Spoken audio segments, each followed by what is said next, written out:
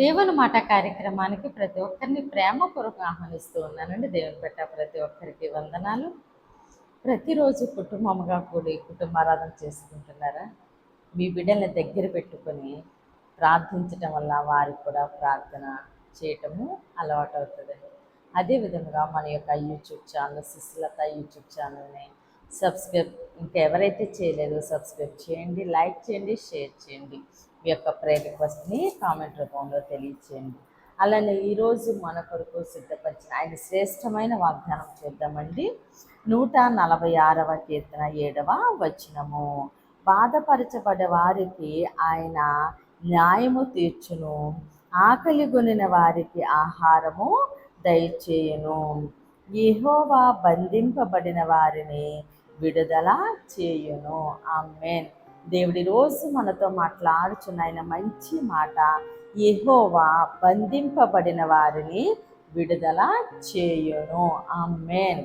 అయ్యో, ఈ బంధకంలో నుంచి, ఈ శ్రమల్లో నుంచి, ఈ కష్టంలో నుంచి, ఈ బాధల్లో నుంచి, నిందల అవమానాల్లో నుంచి మాకు ఎవరు విడుదలిస్తారు? మాకు ఎలా విడుదల కలుగుతుంది? ఇంకా మా పరిస్థితి మారదా?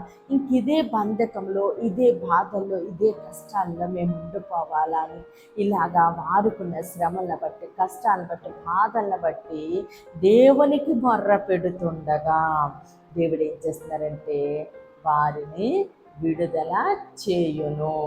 కాబట్టి ఎలాంటి శ్రమలో ఉన్నా, ఎలాంటి బంధకాల్లో ఉండిపోయినా దేవునికి మొర్ర పెట్టినప్పుడు దేవుడు ఏం చేస్తారంటే వాళ్ళని విడుదల చేసి వాళ్ళని మంచి సాక్షులుగా దేవుడు నిలవపెట్టుకుని ఆయన నామాన్ని మహిమపరచుకోబోతున్నారు. యెహోవా బంధింపబడిన వారిని విడుదల చేయును.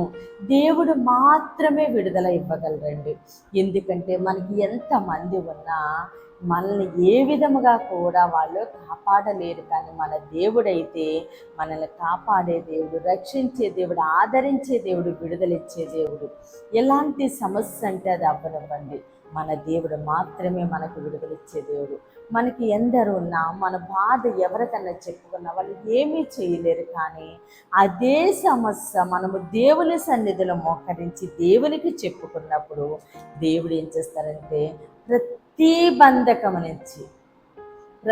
బంధకం నుంచి దేవుడే మనకు విడుదలిస్తూ ఉన్నారు. కాబట్టి మనము ఏ బాధల్లో ఉన్నా మనము దేవుని సన్నిధిలో మొర్ర పెడదామండి. దేవుడు మనకి విడుదలిస్తూ ఉండగా సమస్త ఘనత, మహిమ, ప్రభావాలు మనము దేవునికే చెల్లిద్దామండి. కొద్ది మాటలు దేవుడు మన వెనుకల్లో దీవించి ఆశీర్వదించునుగాక. ఆమేన్. ప్రేర్ చేసుకుందామని అందరూ కన్నులు మోసుకుని ప్రేర్ లేఖిగా. మహోన్నతుడ, మహాగణుడ, పరిశుద్ధుడా, నీకే స్తోత్రాలు, వందనాలు తండ్రి. ఇచ్చిన వాగ్దానం మా జీవితంలో నూరంతలుగా ఫలించునుగాక. దైవజనుల వారి కుటుంబాలు, సంఘాలు, పరిచర్యలు యేసు నామములోనే దీవించబడునుగాక. యెరూషలేముకు యేసు నామములో క్షేమము కలుగునుగాక. ఈరోజు పుట్టినరోజు, పెళ్లి రోజు జరుపుకున్న ప్రతి ఒక్కరికి సంవత్సరం ఒక ఆశీర్వాదకరముగా ఉండునుగాక. అనారోగ్యంతో ఉన్న బిడ్డలకి యేసునామములో సంపూర్ణ స్వస్థత, విడుదల కలుగునుగాక. మూయబడిన ప్రతి గర్భము యేసు నామములోనే తెరవబడునుగాక. వివాహాలు కావాల్సిన బిడ్డలకి యేసునామములో ఘనమైన వివాహములు జరుగునుగాక. చిన్న బిడ్డల చుట్టూ, ఆడబిడ్డల చుట్టూ, ఎవ్వని బిడ్డల చుట్టూ యేసునామములో అగ్ని కంచి ఉండునుగాక.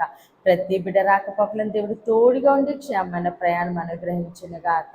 ఎవ్వని బిడ్డలకి యేసునామములో మంచి భవిష్యత్తు అనుగ్రహించునుగాక.